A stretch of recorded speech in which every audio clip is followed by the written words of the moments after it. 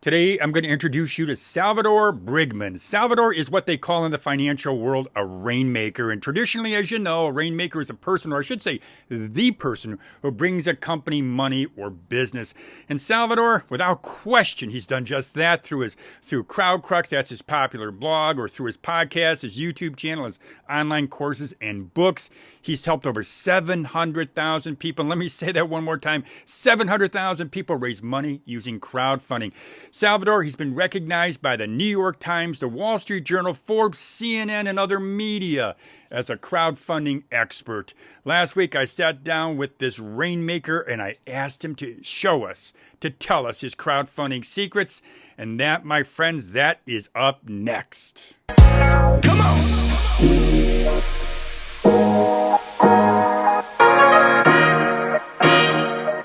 Welcome, Salvador. Hey, thanks for having me.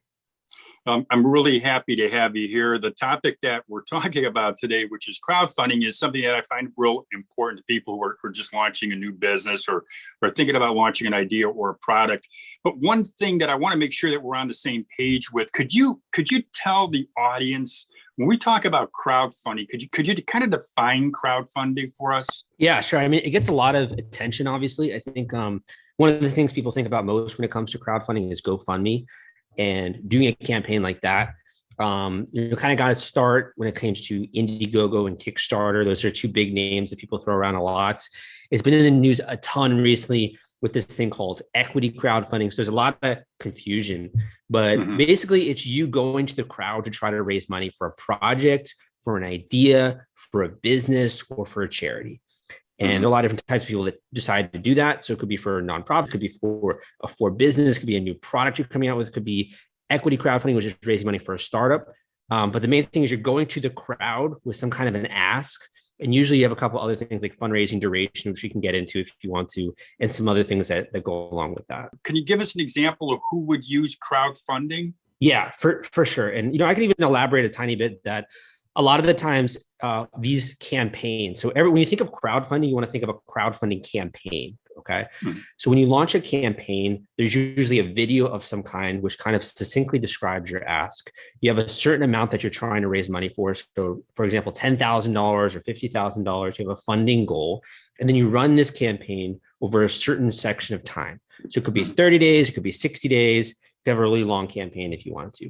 And over that span of time, people can either donate or back or support your campaign. And at the end of that, you're either going to have a bunch of money and it's going to be successful and you can move forward with this project, or you're going to find out that not a lot of people were interested in this thing that you were trying to do.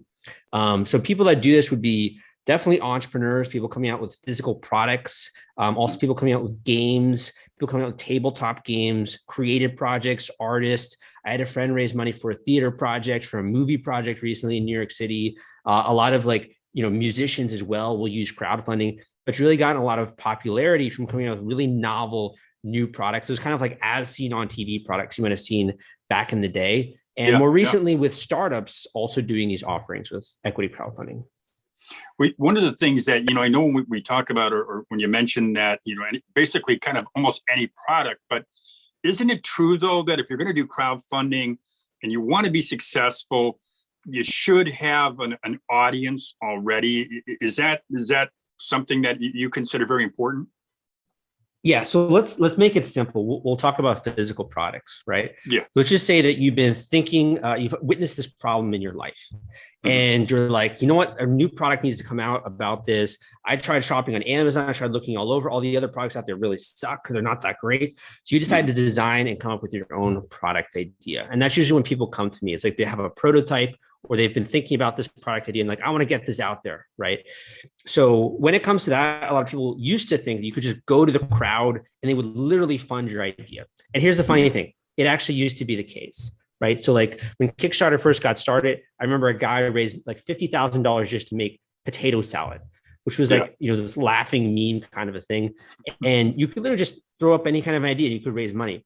Nowadays, there's a whole plan that goes into launching one of these campaigns that we call a pre-launch. There's a lot of audience building that goes into it beforehand, because you really want to make sure that when you launch it, you get a lot of people backing this thing, a lot of people sharing it online. It kind of creates this viral effect almost. There's a lot of preparation you don't see behind the scenes that goes into these launches. When you look at something that's raised 6 figures or 7 figures on Kickstarter, you're like, that's insane, right? It just happened. Yeah. But in reality, there are all these little like decisions behind the scene, all these little moving pieces that kind of went into that raise, if that makes sense. Oh, no, it makes perfect sense. But tell us, like, in your opinion, I mean, I know this is what you do and you're like, you are the expert, you help people when it comes to crowdfunding, but what are some of the behind the scene things that they've got to have a successful campaign?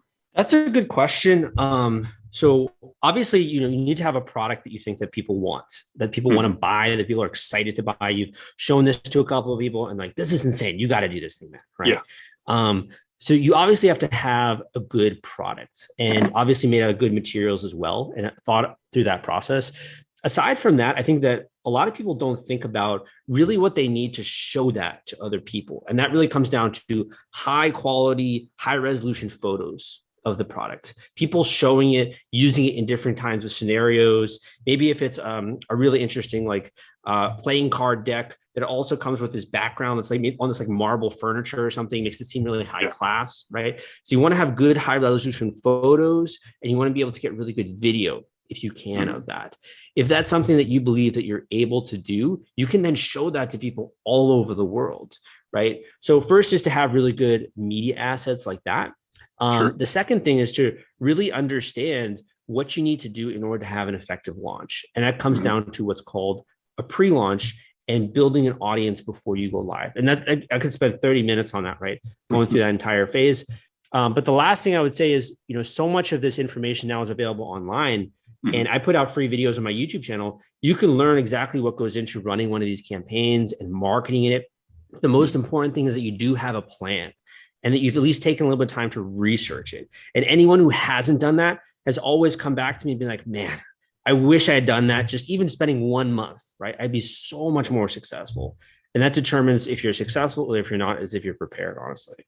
Well, when it comes to somebody who does the things that you're suggesting, I read somewhere that 70% of the funds coming in are from people who, if you're doing a crowdfunding campaign, 70% of the funds that come in are from people that you already know. Do you find that to be true as well? Good question. So really good question. And the reason why it's a good question is actually when I got started in the industry back in 2012, I was doing a logistic regression for my mini econ thesis. And back then we all thought that like Kickstarter was this big community, right? Or Indiegogo was this big community. But in reality, there are all these little communities within that. So I find what you just said to be true for certain categories. So for example, the film category, or if you're producing a theater project, tends to come from the individual social network a lot more. If you're doing a physical product, that has the opportunity to really take off and attract massive attention from people all around the world, because you're really trying to solve something. You're trying to buy something that's going to help your life, right? Or something that looks really cool. So when it comes to certain categories, I agree with you. A lot of funding comes from a person's social network. With other categories, it does have the potential to have that viral uptick and to be able to attract audiences that you might not know yourself and have strangers back your campaign, which is crazy, right? Absolutely. So let me ask you though, a friend of mine has, you're talking about categories. A friend of mine has been on Kickstarter, I think maybe a dozen times, and he raises money every single time. And every Kickstarter campaign, every new Kickstarter campaign he raises more money than the previous Kickstarter campaign. Is there a point though, when you're trying to raise money on Kickstarter, is there a point where people just kind of just get tired of giving money? I mean, to me, that's the same question of, is there a point when Apple's going to stop coming out with new products, right? Yeah. Anytime a new Apple product comes out, there's always a really exciting demo, like the new iPad mini. Like I was looking at that the other day and I'm like, oh, this thing looks so cool, right? And it's been years and years since they've been doing new demos and coming out with new products, and even sometimes just next iterations of the existing product. But their fans are always so excited. And that's the thing. It's not about just coming out with new products. It's really about creating an entire event, something that's special that people can buy into. They can wait. If they're waiting for like a new sneaker brand, right? They're literally packed around the entire building in a line waiting for that new brand to come out, right? Or Supreme or Apple. You're doing the exact same thing, except you're doing it online. So all of those people, your friends, there are so many people waiting for them to launch a new campaign that when they do, it's so much easier to raise more money, right? With each new campaign that's coming out. So if you're selling the same product, it's going to get pretty boring. But if you have a different flavor, a different spin, a different angle, something new you're bringing to the table, people love that. But it seems to me like you can literally use a crowdfunding campaign to fund your business with every new product you come out with, and you can do it perpetually. It doesn't seem like there necessarily has to be an end as long as you keep coming up with a new product or a better product. I've had people on my podcast that have had over 20 campaigns on Kickstarter. People doing tabletops. That's really true. Very true. They come out with just new games all the time. Same with physical products, just takes longer a lot of the times to come up with a new product or iteration. But the big thing here is that the difference between crowdfunding and selling on Amazon or selling on Shopify is that you're getting access to a crowd of early adopters who are not going to expect the product until 3 months later down the road. So they're really buying into this vision. They're supporting this idea, and they're giving you the funds to go out there and execute. And then you deliver those products 3 months later. And then they can give you so much feedback on it, right? So you really have a symbiotic relationship with the customer base where they're really your special elite customers that are giving you that crucial feedback. They're giving you funding, you're getting traction, you're getting attention on social media. So a lot of business owners, like you were saying, really love that concept, not necessarily as a direct to market strategy, but as you can validate that product idea, you can eliminate a ton of the risks, things that come like with injection molding, other hard costs, and then you can move forward with that into a real business and grow out your online store. Salvador, can you tell us what platform? Can you recommend or give us some ideas and what platform? I know maybe you could talk about Kickstarter or some of the other. What would you consider to be some of the top platforms for people to use if they want to do crowdfunding? Okay, so I'll mention a few of them, and I'll mention sort of two big differences. So one is the biggest ones that we think about today are Kickstarter, Indiegogo. We think about WeFunder when it comes to raising money for equity for a business, or think about Start Engine, which Kevin O'Leary is now partnered with Start Engine, the guy from Shark Tank, right? Sure. Yeah. Then we think about GoFundMe typically when it comes to nonprofit and kind of personal charity. So the biggest difference between Kickstarter and Indiegogo is that with Kickstarter, you need to hit or exceed your goal in order to keep the funds that have been raised. So let's just say you set a $20,000 goal. You got to hit or exceed that in order to move forward with the project. If you don't hit it, all the funds go back to the backers. With Indiegogo, you also have the option to keep what you raise. So which is if you hit it, you set a $20,000 goal, you only raise $5K, you can still keep those funds. That's the biggest difference I see out there between those two major platforms. Do you recommend if a person is going to attempt to raise funds on a Kickstarter, that they should start low? That's a good question. So it kind of is difficult because, again, it kind of varies by the category. But the main thing is that, if you do set a low goal, which is very popular nowadays because it's easier to hit, so you can quickly start trending on the platform, you can get more people's attention, right? It kind of has this blowing up effect where if you only have a 15K goal, you can still raise 200K, right? A lot of these campaigns are overfunded. So there's a lot of popularity there. But at the same time, you do want to make sure that if you have a low goal and you are successful, you can still deliver on the rewards that you're promising people. So the worst thing in the world is that you have a successful campaign, you get all those fundings, but then you can't deliver on the products that you actually say you can, right? And then there's a lot of issues that come with that, with the backers and all that stuff. And it's bad for the community. So if you do have a low goal, you just want to make sure that you can actually deliver on your promises, the things you're promising with the campaign, and you can deliver the products. Do you recommend that a person who is going to do a campaign? I know I'm asking you a lot of questions here, and I appreciate your taking. I love it, man. I love it. Yeah. Do you recommend that somebody a person wants to launch a campaign? If they're serious about doing a campaign, do you recommend they hire an expert?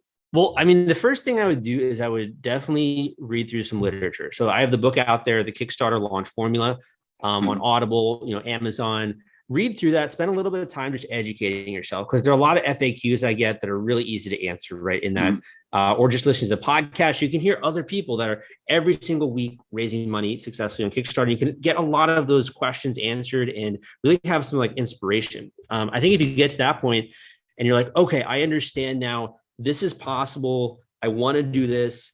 I want a strategy together. That's a good time to consult an expert like me. There are a bunch of them also out there. And to really get a sense of like, should I do this? Is this right timing? What is the launch strategy going to look like?